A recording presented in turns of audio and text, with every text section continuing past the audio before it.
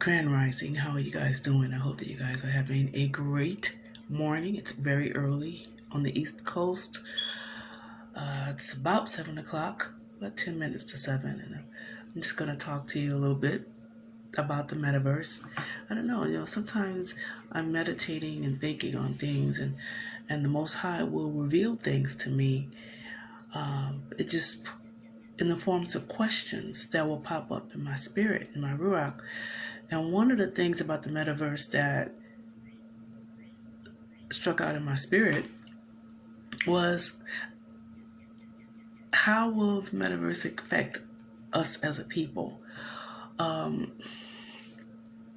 those of you who are not aware of or don't know too much about the metaverse, unless you go out and you actually research, to find out what the metaverse is, you won't really know what it is, because they're not really being very forthcoming with a lot of the details. And I think, honestly, they're just going by they're flying off the cuff with it. They're just testing out a whole lot of things right now. But basically, the metaverse is a virtual world where people can experience different things that they want to experience and not physically be there. Metaverse, there are people that have opened up entire so-called neighborhoods in the metaverse. Snoop Dogg, the rapper, he has created NFTs, non-fungible tokens, NFTs. It's like avatars, digitized, pixelated, or whatever, that characters that represent real people, supposedly. He's created many NFTs in the metaverse. He's opened up a neighborhood, had his house in there and everything. People have spent almost $500,000 to be a so-called neighbor to Snoop in the metaverse. He wants to set up Death Row Records as the first NFT record company. So that to a lot of people, the metaverse is a very real thing, and they want to set up the world eventually in metaverse. There are churches that have services in the metaverse. People go to concerts in the metaverse. People, date in the metaverse. They just, everything that eventually that's done in the real world will be done in the metaverse, in virtual reality. My problem with the metaverse, why I'm not going to jump on the bandwagon, because it's virtual reality. It's not reality. In other words, they're making up a form of escapism. That's what my belief is. The purpose of the metaverse is to be a mass form of escapism from the real world that we're living in, the real world that's falling apart and crumbling at the seams. We're on the cusp of war, economic upheaval, the weather is going crazy, political nonsense, everything that we thought was the truth and real, we're finding out more and more every day that it's all been a lie. So a lot of people are very, very troubled by the world that we're living in. Couple that also with the fact that the Most High is pouring out justice and judgment on the church and then the world. And the world wants to escape that judgment and that justice, which is why they have created this metaverse as a form of escapism from the reality of what's really about to go down and what has been going down in this world. Now, to get back to the subject at hand, how does this affect Black people or people of African descent all over the world? Metaverse is supposed to be a step up from the internet, but its core foundation is based upon the internet. Now, seeing that the majority of people of African descent around the world, not just in America, but around the world, do not have consistent stable internet access. My question is, how are people of African descent around the world, I'm not just talking about Americans, African Americans, I'm talking about around the world, how are people of African descent supposed to have access to, as a people, access to this so-called metaverse if they don't even have access to stable internet? And in some countries, there's not even electricity. So how is it that this new technology will be made available to those of us of African descent? The equipment that you need to get into the metaverse costs at least, baseline, $300. For some, that's nothing. And for some people of African descent, depending on where you are and what you do and what your reality is, that's a lot of money to spend on a piece of equipment to go and jump into a virtual reality and be in a universe, in a world that isn't real.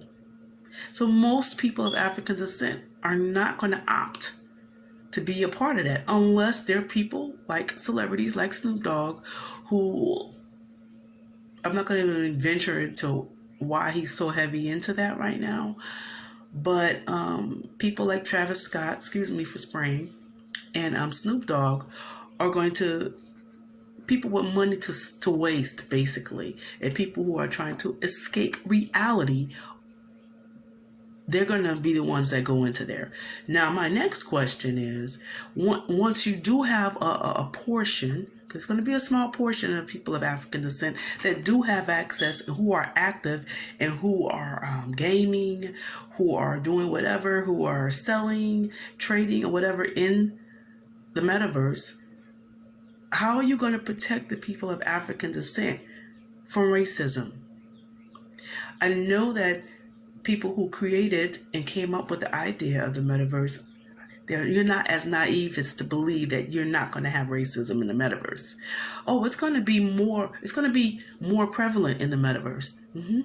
Because the metaverse does not have a governing body, does not have policing in place to stop predators, to stop racists, to stop people who don't like people of African descent or people in general for committing crimes. They have no system in place to stop it.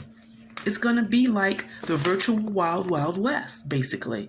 And so my question to you is, if you can't protect people of African descent in the real world, how do you intend, or do you even intend, or do you even have a desire to protect people of African descent in the metaverse? How do you plan on doing that? Do you have something in place to protect people of African descent? There are going to be hate crimes in the metaverse. They're going to blow people away. And guess what? They're not going to... You think people aren't getting punished for hate crimes in the real world? Wait till you get in the metaverse, baby. It's going to be buck wild. It's going to be buck wild. Why? Because people not going to have that governing policing effect. And unfortunately, people that act like they don't know right from wrong. And so you get a bunch of people who are no longer required by law to do A, B, C, D, or E in a virtual reality. They're gonna just do some crazy stuff. And some of it's going to be racially motivated. And I know, a lot of us don't want to believe that, and we don't think that, but unless they change the access to the metaverse by way of this so-called social credit score that they're planning on implementing and creating or whatever.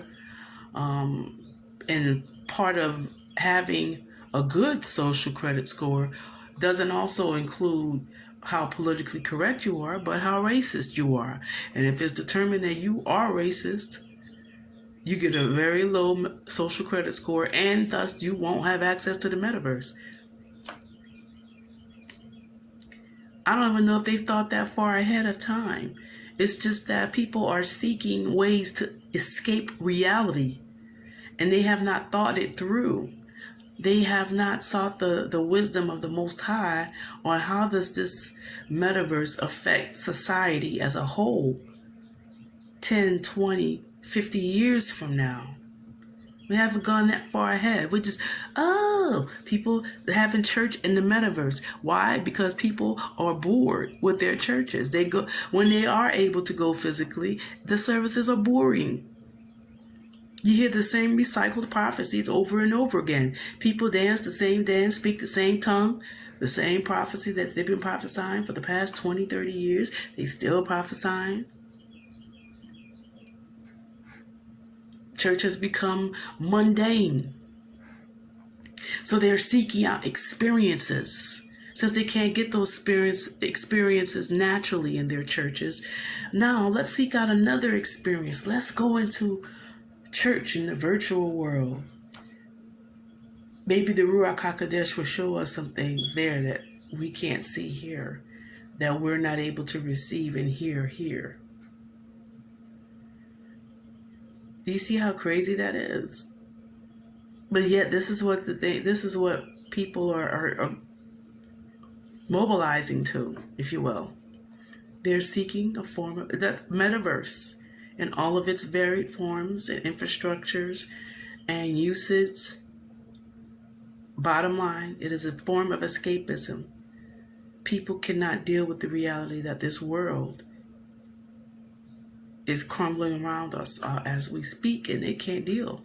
Some people are going to go into the metaverse and don't want to come back. That's why you think they have the cloud. Why you think they're always collecting AI, artificial intelligence? And you know the demographic of the people that they collect the most AI from? Black men. They want the essence of our men, y'all. They want the essence, the souls of our men.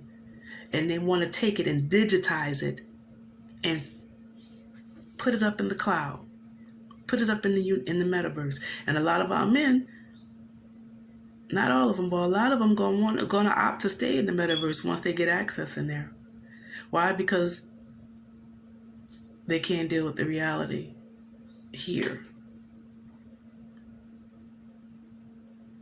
I implore you, I can't tell you what to do, what to participate in, or what have you, but I implore you to seek the face of the Most High. If you are saved, and if you do know the Most High, seek Him on this metaverse thing. Because ultimately, whenever you deal with anything that is trying to take you out of the realm of reality and take you into another alternative reality, when you're trying to escape something, you are always prone to be deceived in the spirit realm, in the Ruach. You're going to be deceived because when you cross portals that way, listen to me, when you cross portals that way, there's going to always be some other spirits waiting that's going to mimic and pretend like it's divine, that it's holy, that it's the Most High, that it's universal, that it seeks peace and unity and love. But underneath that cloak of peace and love and unity, what you call love and unity and peace, is a demonic force that wants your soul. That's been the plan and the agenda of the enemy from the beginning of time. The fall of man. He wants the souls of men because he wanted to be Yah, what you call God. He wanted that worship. He wanted that adoration. He wanted that honor. And you know, the word says that all souls belong to Yah. He wants the souls, and he will go at no lengths. He will do anything to get your soul. Protect your soul. Guard your heart. Part of guarding your heart is not allowing yourself to be involved in this metaverse. It's unsafe for us as a people, and it's deceptive and demonic at the core. Be blessed.